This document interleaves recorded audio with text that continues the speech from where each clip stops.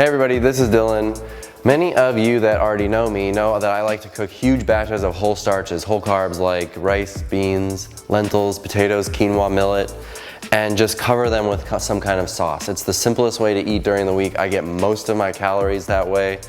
It tastes delicious. You've seen me take a whole quart of beans, cook them up, heat them up on the stove with some cumin and onion powder, garlic powder, something like that, and then add a whole quart of pico. If you haven't seen my pico video, please check it out. If you think eating a whole quart of pico sounds extreme, then you just haven't done it yet. Let's move on. Cheese sauce is another sauce that I love to put on everything. I have a video of that as well. I have a bruschetta video that's really good on everything. That veggie salad that I made a couple videos ago, that is really good, just poured on top of whole starches. Salsa is just another one of those items that you can add to the list of the sauces that you just pour on everything and eat. This is something you can make in a big batch in the beginning of the week. It'll last most of the week, and so you'll be in good shape. I grew up eating salsa. We have Mexican food restaurants everywhere here in Arizona, but the salsa is really, really salty. So we need a version that is salt, oil, sugar free so that I can continue to eat it in the quart-sized containers with a spoon and not feel bad about it or not feel sick about it. So anyway, this is a super, super simple one. I love to make the baked tortillas. If you've seen my tortilla video, you know that I'll make homemade tortillas from scratch, bake them in the oven, and I've got my own homemade oil-free chips. So this is the salsa. I don't know all the numbers of ingredients, so we're just gonna wing it like normal. It doesn't matter how much. You just take these ingredients, do what I'm doing, figure out the amounts that you're really gonna like. You're not gonna like things maybe as spicy as I make it, so just watch the process and figure out how much of everything you want to do. So we are starting with a pot of boiling water on the stove. It doesn't matter how much, just enough to sink all these ingredients in there and boil them for a few minutes. I used filtered water, but you don't have to. Anyway, we're going to start with 4 Roma tomatoes. Oh boy, down it goes. Okay, we are going to start with 4 Roma tomatoes. I'm just going to throw all this in a bowl.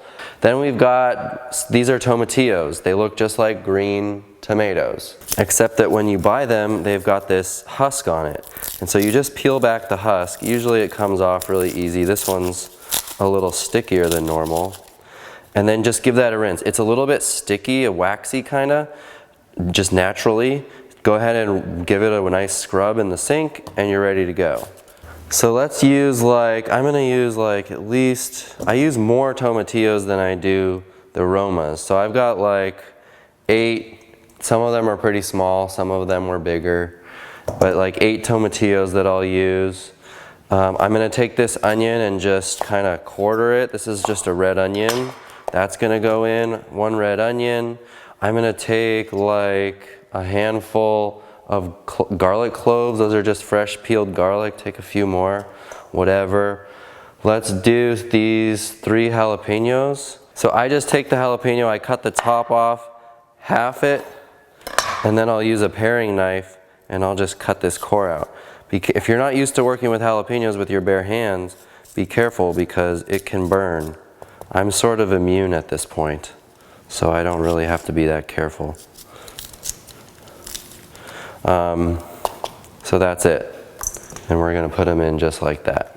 All right, the last ingredient that's gonna go in the water is these dried chilies. So we've got stores where we have just aisles of dried chilies. If they're hard for you to get, I'm not sure, you can probably buy them online. I can check and try to put a link in the description if you want. But these are a little bit of a spicy one called Japanese. And all I do is I'll take them and I'll bust the top off where the stem was, and then you can try to shake out the seeds if you want, but I don't really bother. So I'll just go through, and if there's a big stem on the top, I'll just kind of break it off and go like that. But these ones, this type of chili doesn't have much of a stem, so they're already kind of ready to go. So try out a few of those. They're a bit spicy, so if you're worried about that, start small and increase over time. I've put in at least a dozen or so. This is going to be kind of a big batch actually. So because that's a lot of tomatoes and tomatillos. Okay, the next type of chili that I like, these are the guajillo chilies. They look like these. They have more of a stem on them, so I always break the stem off and dump out some of the seeds, because I don't really want too much seeds in my finished salsa. So here's a third type of chili that I got. This one is called Colorado. And the Colorado chilies, you can get them in mild, medium, or hot. Of course, I got them in hot. I want to throw in just a few of these. They look exactly like the guajillo ones. Honestly, maybe they're the same thing, I don't know. But I want to try a few of these also, so I'm gonna just... And we'll see what happens. This probably is plenty of chilies. Okay, so all I'm gonna do is dump all this in the pot of boiling water. I haven't done anything with the cilantro and the lime yet. I'm gonna dump this in boiling water, let it just simmer for a few minutes. We'll see how long I end up doing it for.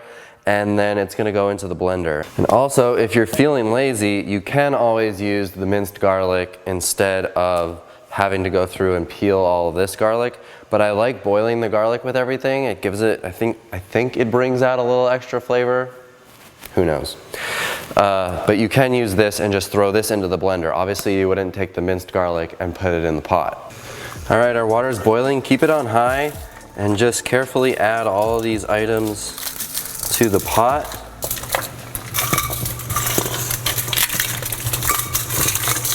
Give it a stir, just so everything's dunked in. Leave it on high just to get back up to a boil, and then turn it down a little, and we're just gonna simmer it for a few minutes until we at least see the tomatoes and the tomatillos start to crack a little. The skin will start to crack away, and then we'll know that we're pretty close. All right, so while that's going back there, let's do our cilantro. I'll just take one whole bunch of cilantro for this. Obviously the leaves are a lot more flavorful than the stems, so I won't pick off every single leaf off the stem. I don't think that's worth it, but I will just take the whole bunch and break it off the stems. I'll rinse these stems and freeze them for my veggie stock. Check out my veggie stock video, save your veggie scraps. And then this will just go into the salad spinner. I'll give this a big rinse and then a spin. And it's as simple as that for cilantro. All right, so the cilantro, I'll just go ahead and put that whole thing in the blender. And that is done. We might need a little more, we'll see. Okay, limes. I'm gonna do at least let's do all 5 of these limes, because you want lots of lime. It gives it a really nice flavor.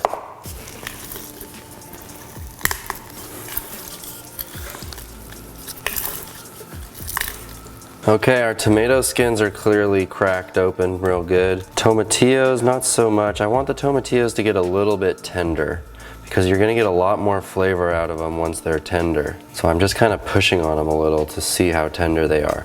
Everything else is probably fine. If it cooks a little long, whatever, I don't care. Okay, so that was like 7 minutes of boiling, and I think we're in pretty good shape. Okay, so all I'm gonna do is take a slotted spoon and just scoop as much as I can fit into the blender.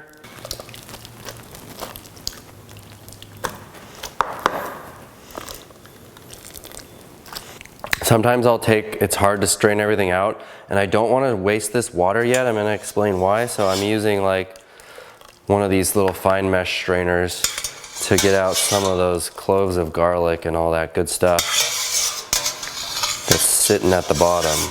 So I managed to fit it all in one blender load. If you see my tortilla video, you remember that I used different kinds of flavorings to make different types of tortillas. Well, you can let this water cool, and you can use this water to mix with your masa flour to make tortillas, and it'll give you like really delicious tortillas with a nice chili flavor. You could also use this water you could save it as like a veggie stock for when you make Mexican dishes, but this is valuable water, so I would recommend that you not just dump it out. It's beautiful, dark, rich water, and so you should save it. Let's move on. Okay, so I'm just gonna start low, crank it. You can also do this in a food processor if you want it to be a little bit more chunky and not totally liquefied. I don't blend it for too long because I don't want it to be just total liquid. I like to have a little bit of texture. Well, we'll see how it comes out. But anyway, let's rock and roll. Okay, let's have a little taste here. How spicy is it? It's pretty spicy. I think most people will find that pretty spicy. For me, I love it. So you can modify the amount of chilies that you use. I can really taste those nice, these big guajillos. I use quite a lot of them, and you can really taste that rich flavor. Same with the tomatillo, which has a little bit more of an acidic flavor of a tomato, and you can really taste that in there. So it's really good. But if you don't like that, you can just modify this any which way that you please. I've got my big half-gallon mason jar funnel so that I don't get the edge all dirty when I pour it. And let's just jar this up.